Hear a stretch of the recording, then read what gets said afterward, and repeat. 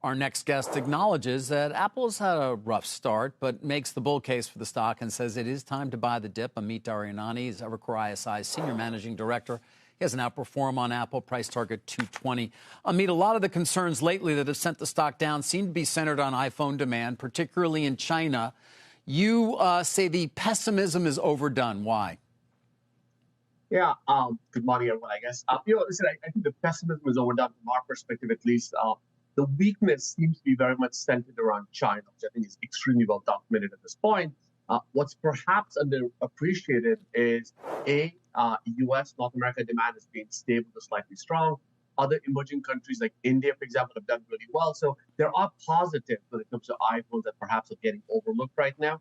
The second part that we keep going back to investors with is the reason Apple stock has done exceptionally well is the consistency of EPS, the consistency of free cash flow. And we think the levers that have enabled that, the gross margin expansion, for example, are perfectly intact as good to 24.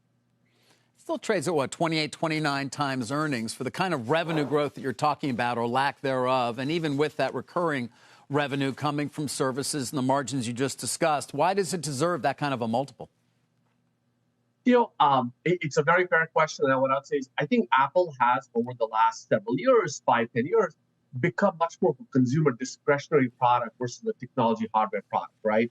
And very simplistically, I think if you dropped your iPhone, ideally today, it wouldn't take you a long time before you go out and order a new one. So we would argue this, if they start to trade more like consumer discretionary stocks, the Bill Gates and Procter & Gamble's of the world, those assets do trade, even with limited growth, as you pointed out, in the high 20s to 30 times PE range.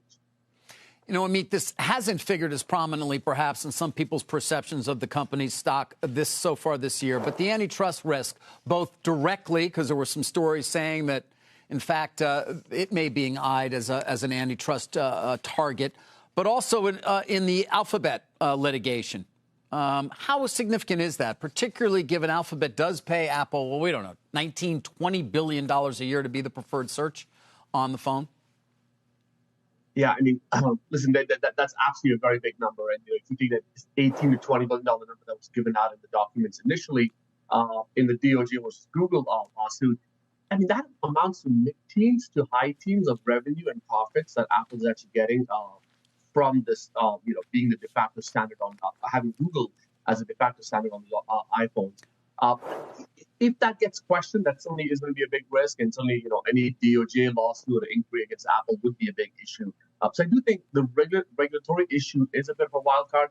The one part I would say to think about is Apple getting paid $18 billion in Google to be the default search engine across all iOS devices, or are they getting paid $18 billion a year never to get into the search business? So I do think there's an angle here where if this really comes down, could Apple start to build their own search products over time, and could that be a new monetization vector for them? But I do think, as I think about my bull case, the regulatory risk is probably the biggest kind of downside risk for this name right now. We're going to be talking a lot about the Vision Pro through the course of the week. To what degree is it a category builder? And I know you've been paying attention to sort of the initial ASPs, but when does that come down to a more reasonable level that can reach a broader base of consumers? Yeah, listen, I think the $3,500 ASP, I think what Apple is trying to do right now, very simplistically in our perspective, they're trying to make the product desirable before they make it affordable for the masses. I think the affordability will come in the next 2-3 years. So call it 2026, 2027 timeframe. You will have a $1,000 to $2,000 Vision Pro AR/VR product that could be more mass market. This one is more for the developers, but I do think to the extent this is truly perceived to be a desirable or successful product, it could perhaps give you the faith that innovation is alive and well at Apple, and that would be more than enough to justify the multiple stock trade.